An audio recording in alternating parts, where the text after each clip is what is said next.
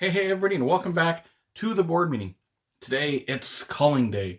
I'm going to be getting rid of a bunch of games. I haven't counted how many games, but I think there's close to 100, maybe like 85 or so games that I've decided to get rid of and sell or give away to my friends. I'm selling most of these during Gamapalooza 2024, which is a big giant game day that I run.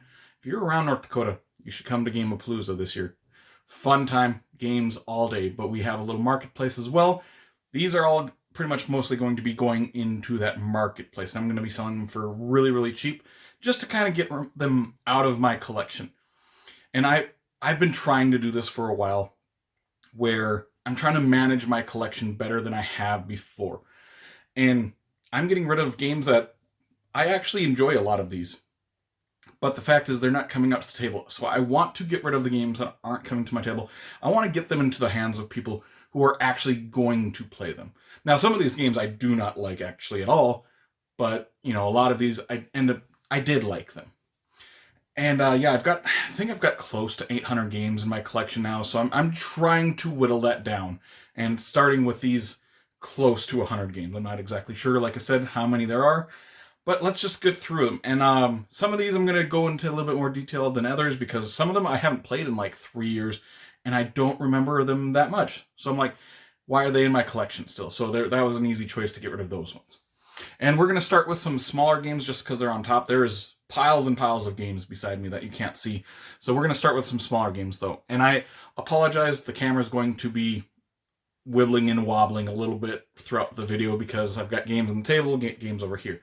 So let's start with some smaller games. This is one that I'm going to be reviewing next week, so this is a little bit of a spoiler for everybody. This is the Epic card game. This is just a small little deck of cards where you are going to be battling each other for, you're trying to get rid of the other person's health points. And it's basically Magic the Gathering in a box.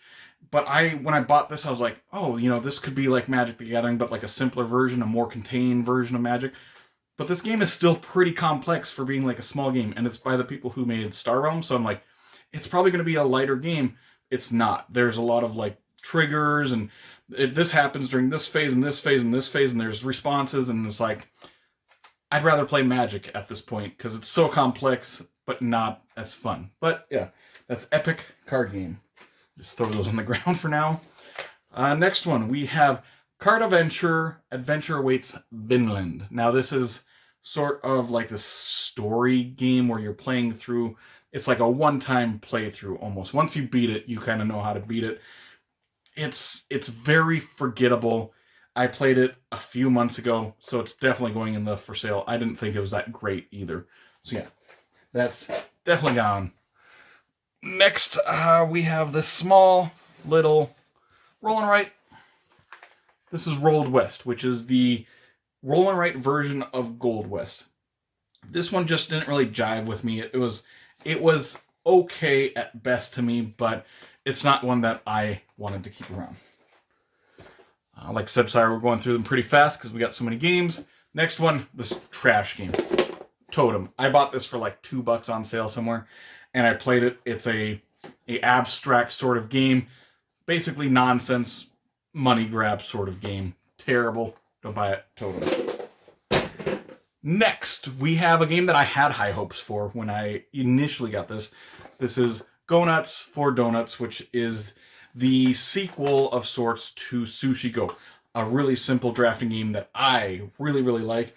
And so I had high hopes for this one. And I don't know if I expected too much out of it. I mean, it is just a simple game right game, but it's not one that I wanted to ever come back to after I played it a few times. We got a couple roll and writes here that are very similar. They're part of a trilogy. We've got Three Sisters and Motor City, which is part of that trilogy of roll and write games. The other one is Fleet the Dice game. They are all very, very similar in structure, very similar in gameplay. But I like Fleet the Dice game the best. I think these are two good games. I enjoy them. I really like Three Sisters, but they're so similar to Fleet the Dice game, I didn't need all three of them in my collection. So I'm definitely just making more room, getting rid of games that are like other games. Next one. We have Corinth, another roll and write game. And it's, mark this off to mark that off. It's just another carbon copy of other games, so yeah. Next one. Next one is by a designer that I really like. This is Bruno Catala, the Sobek 2-player, which is the 2-player version of Sobek. And it's just a set collection game. I thought it was okay, but not one that I'm going to continuously come back to. There are other set collection games that I'm going to go to more, which is kind of sad because I like Bruno Catala so much. Next one. We've got Shifting Stones. And this is one that I kind of went back and forth whether I wanted to get rid of it or not. And it's one I thought it was okay the first time I played it. The second time I'm like, okay, this is decent. But you're just going around grabbing, trying to get these tiles in a certain pattern that you have for your cards. This is a good game for, especially, people who haven't played a lot of games. Fun game, but yeah, I'm just kind of over it. Next one, we have a cooperative game. This is Last Defense. And the reason why I'm getting rid of this game is it's just too easy. There's not really much tension because the game's too easy. And that's the worst thing that can happen with a cooperative game is there's no tension. It's just, yeah, we won. Okay. And that's how it was every single time I played Last Defense. Next, we have Brew. And I played this one a few times, and what I remember from it, it was somewhat of a neat little dice worker placement game. But after I played it a couple times, and this was years ago, it just never came back to the table. I never really had a want to come back to it, which kind of stinks because I like dice worker placement games. This one just didn't stand out to me for some reason. I don't know what it was, but it just never came back to the table. Oh, there's Griff going up the stairs. Alright, we have another game that I played recently, and I'm getting rid of it because it reminds me of a different game that I enjoy more. This is Moon. I think this is a relatively fun little engine building game, but I'm getting rid of it because it reminds me so much of It's a Wonderful World. This one's a little bit more complex, a little bit more going on, which you'd think I'd like it a little bit more, but I just would rather play It's a Wonderful World.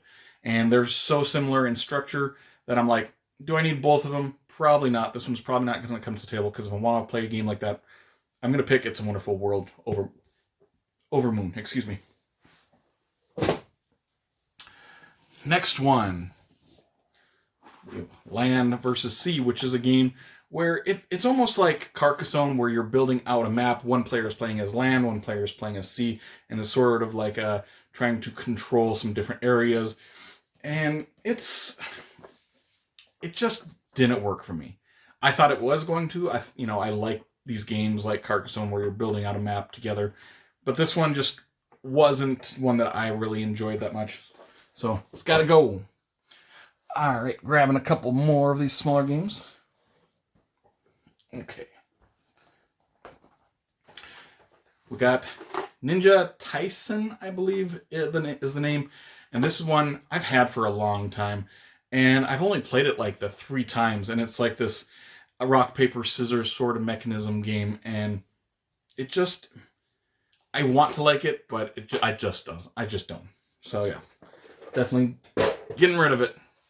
Next one, the only reason I'm getting rid of this is because I have the Kickstarter game, the Kickstarter version. This is Guns or Treasure, and I've got another copy. Like I said, I'm only getting rid of this because I have 2 copies. This is actually one of the first games that I got sent a few years ago, and I played it. It's like a little party game. It's fun. It's enjoyable. But yeah, I'm getting rid of this one just because I've got another copy of it. Next one.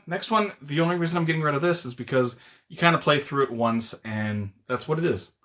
That's the couples game. This is a fun little activity. It's not really a game. It's more of an activity that you play with your loved one, where you just kind of get to know each other a little bit more. It's got some funny things that are happening, funny questions, and it's just a good time. So yeah, the couples game.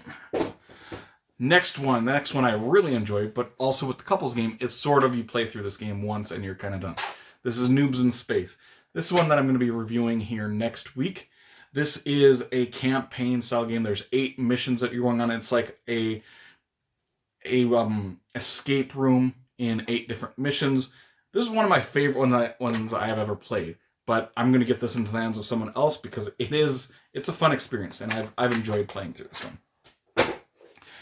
All right, where are we going next? We're going up here.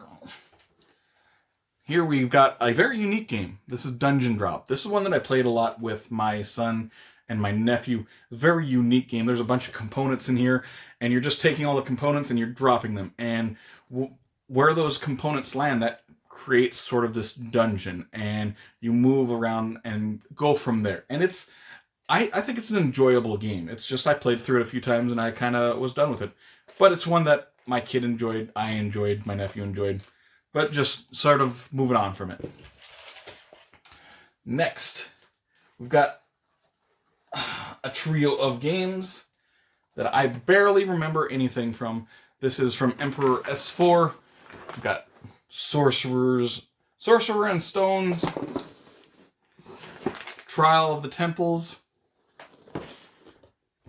and Realm of Sand. And to be honest, I remember very little of these 3 games. I played through them like maybe 4 or 5 years ago. I remember buying them, and when I bought them, they were like for like $3 or $4 on sale. And I was like, oh yeah, I might as well. And I played them, and I remember I'm like, they're okay. None of them really stood out that much for me. So they're, like I said, I barely remember those ones. Let's go on to some more games.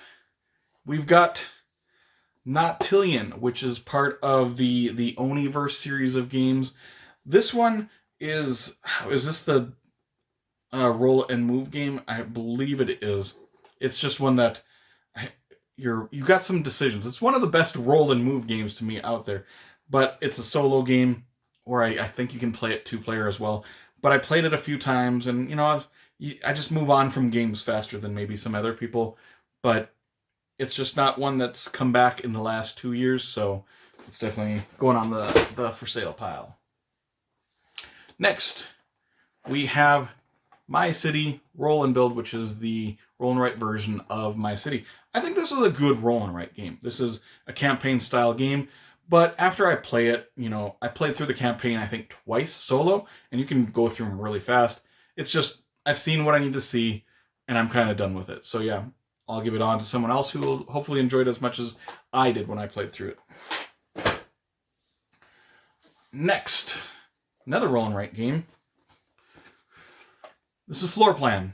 This is a game where you're building a floor plan, a plan for your house, kind of deciding what rooms are going to go where, you're rolling dice, and trying to put those rooms in a strategic position. I played it a few times, kind of done with it. I've had it for years now. It's time to get rid of it. Going on to the next one. Next one is Deep Dive. Deep Dive is a game that I kickstarted actually this year. I believe this is from the same people who made Point Salad. And it's just a push your luck game where you're trying to dive down deep with the penguins to get higher points. The farther down you dive, the higher points you can get, but you might end up busting. And it's an okay push your luck game, but not one I'm going to keep around. Next, we have Distant Suns. This is one of those roll and writes where you get shapes and you're writing these shapes into these particular, hexagonal shapes. And it's okay, but, you play these games, all these roll and write games where you fill in shapes, a lot of them start to just feel alike, and you only need a couple of them in your collection. And I probably have played 40 roll and write games that are somewhat similar to this. And this one just doesn't distinguish itself from those ones. Next, we have a game that I also kickstarted that I really thought I was going to enjoy. This is Basket Boss. This is a game where you're kind of creating your team of 5 basketball players and sort of kind of drafting them and putting them in and, trying to win the championships those seasons.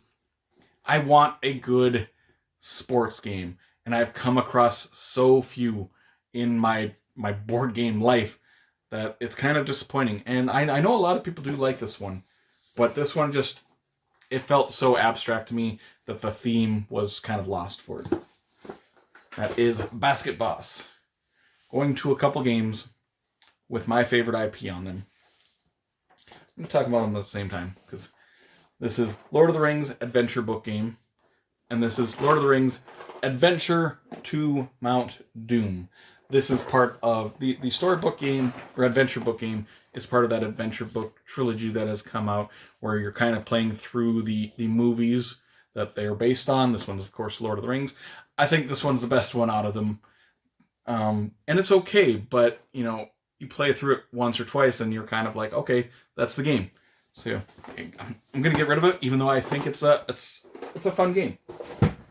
Next, that Lord of the Rings Mount Doom, where you're trying to just play as Frodo and the Fellowship and bring that ring up there and dump it into Mount Doom. This is a good game too. I like both of these Lord of the Rings games, but they're kind of games that, you know, don't have a ton of replay value. The Adventure to Mount Doom maybe has a little bit more, but after you play it 2 or 3 times, that's kind of the game. So yeah.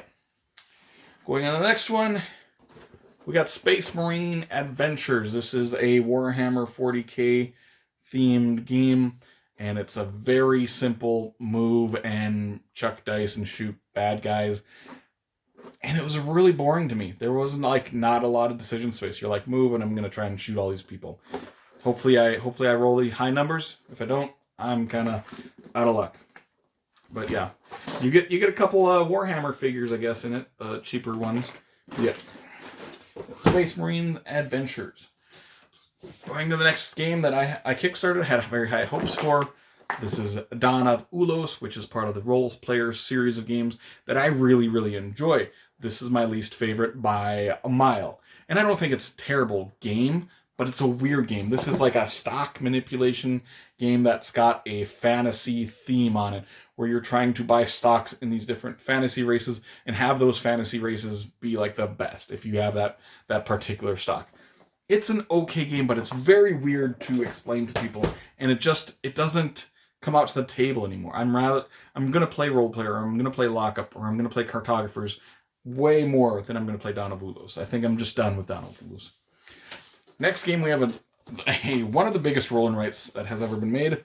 This is Twilight Inscription, which is the roll and write version of Twilight Imperium game I've never played. This is a giant roll and write game, and you're writing on 4 different boards. They definitely did make this game feel epic for a roll and write game. You've got a lot of stuff that you're writing down. But I played it a few times, and I'm like, yeah, it's not one that's going to stick around in my collection. In fact, I haven't played it. I think I got it like well over a year ago, and it hasn't come back to the table since the initial plays so that I could get the review out. Going to the next one. The next one is a game that's been a long time coming. This is Flashpoint Fire Rescue. This is a cooperative game where you are playing as firefighters going in these houses and putting out fire and rescuing civilians. And it feels a lot like a Pandemic-style cooperative game. But it's just I'd rather play Pandemic than this one. So yeah, it's going on the for sale pile. Next one, game I really enjoy. This is Legendary Encounters, the Predator deck building game. Now this is part of that series of games. Legendary. There's Legendary Alien, which I still have. I'm keeping that one. And there's, I think the 007 one is that the one that just came out. But there's quite a few different ones, different IPs. And it's just a giant card deck building game where you're kind of playing through the movies. This one you're playing through the Predator movies. And the Alien one that I'm keeping, you're playing through the Alien movies. I like the Alien one more because it feels more thematic than the Predator one. But I think they're both good games. But they are a pain to set up for sure. If you just buy the game, you have like 2 or 3 hours worth of card sorting before you can kind of start getting into the game. So yeah, I figure I might as well get rid of it. I'll keep the Alien one because that one still comes out occasionally. Next, we got a Stonemaier game. A big Stonemaier game. This is Expeditions. This is the Scythe sequels game. It's a big, giant, epic game on the board with big, giant, epic miniatures, but it's basically a small little engine building card game. And after I played it I think I played it like 6 times in the first month that I had it. I was finished with it. It's not one I'm going to come back to or want to really come back to. If someone breaks it out, I'll be like, okay, fine. But it's not one that I think is kind of worthy of staying in the collection anymore, because I'd rather play some of the other Stonemaier games that I have. Next, we have very bright color game, Welkin. I haven't played this game in like 4 years. I didn't even remember this was on my shelf. All I remember is it was a colorful game, and I thought it was okay. Other than that, I don't remember. So, I mean, it's not going to stay in my collection if I just don't play it. So, yeah, I just noticed this while I was cleaning it out. I'm like, I still have Welkin. That needs to get going. All right, let's go over here, grab some of these. The first one, I just reviewed this a month ago. This is Channel 1. This is a game that is actually designed by a production company that's from North Dakota. And they created, what's the other game? I can't remember what the other game is called at the moment. But this one just didn't stick with me. I played it, after the first one I knew I was going to get rid of it. I played this like 2 times. I'm like, yeah, I have no need to play this game. It just didn't work for me. Which is kind of sad, I kind of want to support local designers and production teams, but if the game's not good, well, I shouldn't say it's not good. It's not one that I enjoy. Very family weight sort of game. Then we have Nanga Parbat by Steve Finn. This is like a simple worker placement game. It's got something similar to like Five Tribes a little bit, but you're just placing these people on these mountains. You're taking different animals. These animals have different special abilities. But after a couple plays, you kind of see everything. So not one that has a lot of replay value. And it's very fast, too. Next, we have a sequel of a game that I really enjoy. This is Santorini, New York. This makes the 2-player game of Santorini, what is this? I think it's like to 4 players, I think you can play. I think so. Sorry, 2 to 5 players, actually. But it's just, I have Santorini, the regular, and I think it's a better game. Santorini, New York, it's fine, but I don't need Santorini and Santorini, New York in the collection. Next, it's a game. It's part of a trilogy of games. And this is something that I'm doing. I'm going to shake the camera a little bit. For this call, that is going to hurt. I'm breaking up some collections of games. And I would consider myself a collector a lot. I play my games, but I collect games as well. I enjoy the collection aspect of certain games. This is Horrified American Monsters. Now, I really like Horrified. I like the original Horrified with the Universe Monsters, and Horrified American Monsters came out. Now there's Horrified Greek Monsters. This is the one with the theme that I enjoy probably the least. I think it's a good game still, but this is the one that's not coming out. So I'm not going to own a game, and I have friends who own this one. I don't want to own a game that's just not coming out to the shelf anymore. If I'm going to play Horrified, I'm going to pick one of the other ones. So yeah, it's a good game, but it's just not one that's going to come out over the other games. Next, we have a game by Prospero Hall. This is Disney. Is it just Animated Studios? Animated, maybe. Walt Disney Animated Studios Animated. I guess that's the name. I played it several months ago, and you're just kind of playing through your particular movie. You're trying to finish your movie, and everybody's trying to finish their movie. It's very like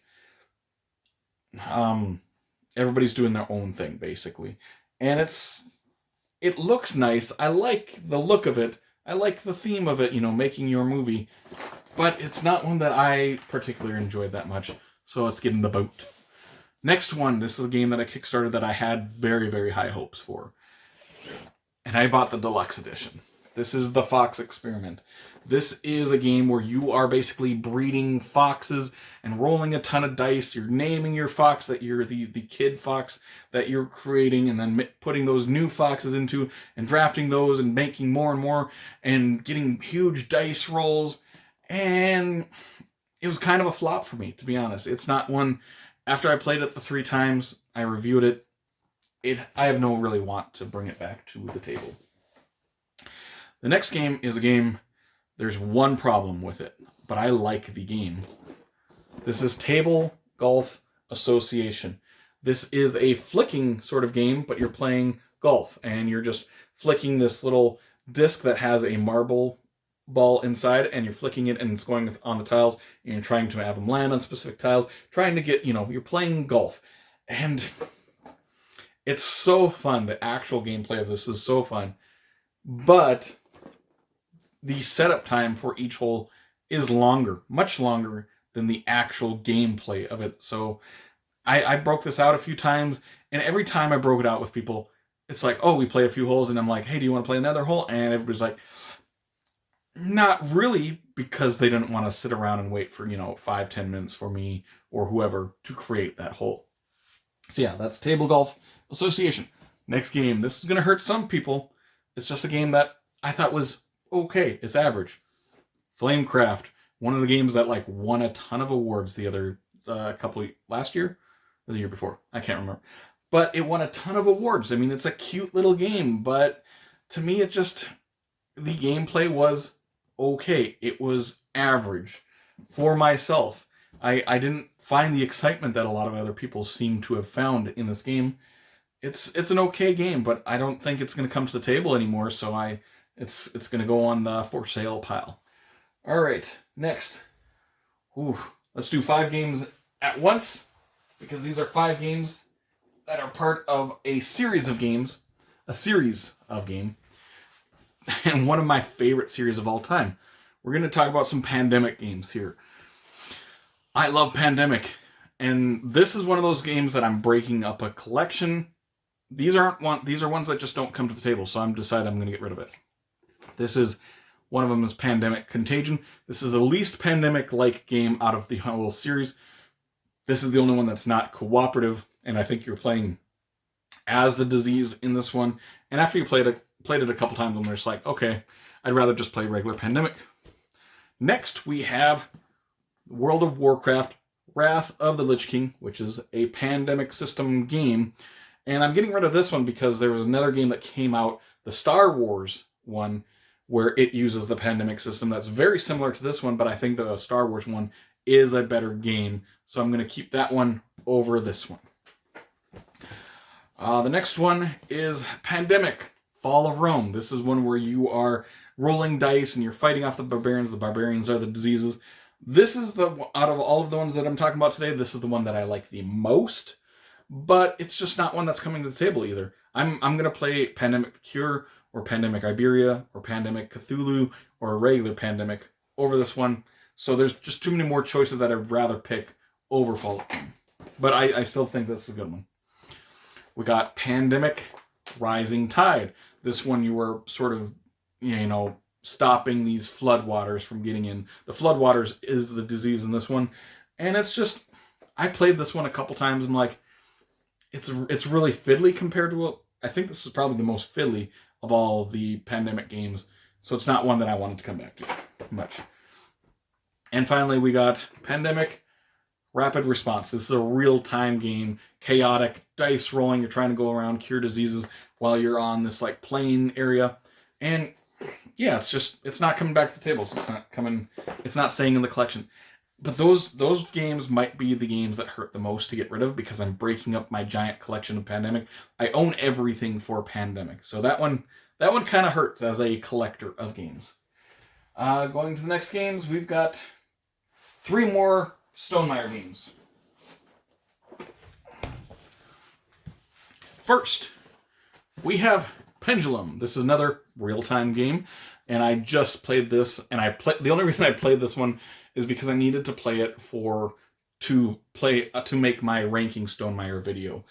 And I thought it was okay. It's got this Euro element, worker placement spot, but the real-time element mixed with that Euro element, it just doesn't work, I think. So it's getting gone. Next one is the most recent one. And this is one that I enjoy, but it's not coming to the table for a certain reason.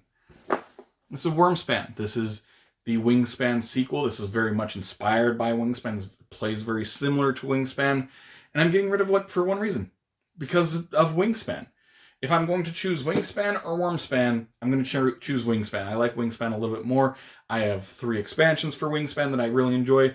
This one is a little bit longer, but you build a little bit bigger engines. There's some pros and cons to this one. I enjoy it, but it's just not going to come to the table when it has to compete with Wingspan. And the next one is Between Two Castles, Mad King Ludwig, which is a combination of the Castle of Mad King Ludwig and Between Two Cities. This is a fine little city building game, but I don't really like the aspect. You're building two castles, and you're building a castle with a person on your right, you're building a castle with a person on your left. I don't really like sharing building castles with other people, building these cities. It's a pretty simple city building game, but not one that I'm going to come back to that often.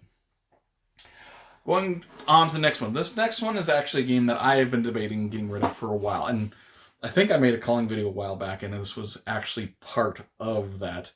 And I'm finally getting rid of it because I've made my decision. This is Ethnos. I love this game. This is definitely my top 100 games of all time. But I'm getting rid of it for one reason. They reprinted it, remade it, rethemed it into Archaeo Society. They changed a little bit of this. This one is more of a area control, area majority game, where Archaeo Society, you're moving up tracks. I do enjoy this one, but I enjoy the Archaeo Society just a little bit more.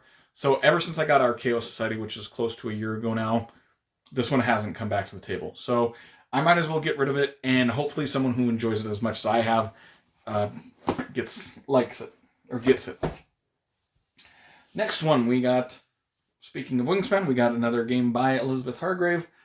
This is Mariposas. This is a game about butterflies, and they're about their migration patterns, sort of deal. And to be honest, I've only played this game twice, and it was years and years and years ago. And I thought the game was decent, but it just hasn't come back to the table. So can't keep games around that just aren't coming anymore. Going to the next one. This is a game that's got a lot of fans of it. And I've played this game several times, and I keep like trying to play it, and I'm like, I want to like it, but it's just it's very basic to me. This is Alien Frontiers, and I know there's a lot of expansions. I've heard there's a lot of expansions for this, but this is a very simple kind of dice placement game. And when it comes to dice placement games, there are a dozen other ones that I prefer over this one. I still think it's an okay game, but if I want to play a dice worker placement game, I'm gonna choose something else. Next one. This is a solo only game. This is a solo only campaign game, and that's why I'm getting rid of it. This is Legacy of You. This is a Garfield game. This is a solo only campaign. I played through the campaign twice. I thought it was decent. And so yeah, I don't really have a want or need to come back to it, so I might as well get rid of it. And next, we're going to do a couple more Garfield games. And this hurts because Garfield games used to be one of my favorite companies. And just some of the games just feel they just don't come to the table anymore. First one is Wayfarers of the South Tigris, which is the first game in the South Tigris trilogy that they're making. I've got Scholars on my shelf somewhere that I kickstarted, and it just hasn't come to the table. I haven't learned that one yet. And this wasn't... I played it like 10 times that first month that I got this game, and I liked it. I enjoyed it, but it was very inconsistent. Like, one game I'm like, oh, this is like a 9, and the next game I played, I'm like, this is like a 5 or 6, because the game is kind of inconsistent. It's hit or miss for me each game that I've played it, and so I kind of stopped bringing it to the table. So now, since it's been over a year, I haven't played it, and I don't really want to go back and relearn it, because it is sort of a heavier game. Next, Paladins of the West Kingdom. At one time, this game was in my top 25 games of all time. And it's just another heavy Euro worker placement game. I bought the expansion when it got kickstarted, and I think that hurt it. Because ever since I got the expansion, I played the expansion twice, and then I was kind of like, yeah, I don't want to go back and relearn the game, because it is another heavy Euro worker placement game from Garfield Games. Next one. Oh, I got some games open up here. Next one is a game that I really enjoy. This is Days of Wonder game. This is Small World of Warcraft, which combines Small World with the World of Warcraft theme. It's one that I really enjoy. This is like Small World with a couple or like an expansion inside of it. I like Small World a lot. I'm keeping Small World over this one, and it's for one reason, and it's because I've got a lot of extra stuff for Small World in mine, and I've got Small World, River World. I've got a couple different expansions for it. And this one, I think Small World of Warcraft is a great game. But I'm going to keep my old one just because I've got so much extra stuff for it. If they came out with for an expansion for Small World of Warcraft, I might choose that one. Because the base game of that is a little bit more complex. There's a little bit more variety than the base game of Small World. Sorry, need a sipper. All right, back to the games. Next two are actually two more games from Matt Leacock. This is Forbidden Desert and Forbidden Jungle, which is part of the Forbidden series. There's Forbidden Island, Forbidden Desert, Forbidden Sky, and now Forbidden Jungle came out last year. I think all of the Forbidden games are good. I enjoy all of them except for Forbidden Sky. That's my least favorite. That left my collection a long time ago. Forbidden Island, I think, is still my favorite game. It's still the one that is going to come out. It's more than the other ones. I like Forbidden Jungle a lot, but it's so punchy. Like, you're winning fast, where it's very easy, or you're losing very fast. It's like, you know what's happening each game, like if you're going to win or lose. And that's a little bit of a problem for myself. Next one, we've got the biggest game I'm getting rid of. This is a CMON game, miniatures game. Project Elite. This is a real-time... how I describe this is basically real-time zombicide. Speed zombicide. You get all of these enemies that are coming at you, and you're rolling dice trying to get rid of them. So it's basically speed zombicide. I think it's a good game, but ever since I bought it, I played it I probably played it a dozen times right when I bought it. But after that, I was like... and it just wasn't coming to the table, and it's a big game. It's an expensive game, so I'm like... I should probably get rid of it, because if it's just going to sit there. So yeah, Project Elite. And we got one more stack of games. Excuse me. All right. First game. It's an abstract game where you're building windows. I believe they're windows, right? This is Sagrada. This is like a dice placement game where you're placing these dice in this window to create this window, and you can't have the same numbers beside each other, you can't have the same colors beside each other, and it's a fun little puzzle. But the fact is, I've played this a lot. I've played it to death over the years, and I'd say in the last 2 years it's come to the table maybe like once. So I think I've kind of ran my course with it, so time to get rid of it. Next one, it's a fun little another abstract game that I enjoy. This is Kataranga. And this is very much a chess-inspired game where you have all these pawns, and you're moving these pawns on these spots. And wherever that pawn lands, it's going to be a different, it's going to give that pawn a particular movement ability. You're going to move it like a certain chess piece. And so it's very thinky. I think it's unique, and I think it's fun, but I haven't played it. And when I come to abstract games, I'm picking other games over this one, but I think it's a really good one. Next, we have a Reiner Knizia game I got sent a while ago. This is Ingenious, and you're just putting these tiles down, trying to move up on these different tracks. You know, you're putting out this yellow and red tile, trying to connect them to other yellow and red to move up those tracks. And I played it a few times, and it's like, okay, it's an okay game. Next game is a game that I didn't really like. This is a Days of Wonder game. It's my least favorite Days of Wonder game that I've ever played. This is The River. This is a very basic game, and it's so forgettable that I can't even tell you what it was. And I remember it was very simple though, but I remember I did not enjoy it at all because it didn't have a big decision space each turn. Next game, we've got Scarabia, and this is one of those polyomino games where you're placing out tiles onto your own particular player board, and the tiles are going to be different colors. You're trying to cover up different things. I think it's a good game, but it's not one that comes to table anymore. So, yeah, Scarabia. Next one is a game that I was really, really, really hoping that I liked, and I thought it was okay. But this is Doctor Who Nemesis. Now, I'm a huge Doctor Who fan. I love Doctor Who. I mean, this one is basically villainous with the Doctor Who theme, but this is more fiddly than villainous. I wish this was just in villainous. I just wish it was called Doctor Who villainous, because that's basically what it is. I think villainous is fiddly enough as it is. This is way more fiddly. So yeah, this one is going to get put in the for sale pile. Hopefully a Whovian gets their hands on this game and enjoys it more than I did. Next, we got another abstract game. I'm getting rid of these abstract games, and I like these particular abstract games that I'm getting rid of, but I've got a couple dozen abstract games, and if they're not one of my all-time favorite in the top 5, they're probably gonna be on the chopping block. This is Shobu. This is you're moving these. You've got these 4, just plates, and you're moving these rocks, and that movement corresponds to another plate, and you're just moving those rocks, trying to knock your opponent's rocks off, get your rocks off. And I think it is a good game, but like I said, I've got so many abstract games that it's just not coming to the table anymore. Next, we've got 3 solo games, and that's going to be it for these games.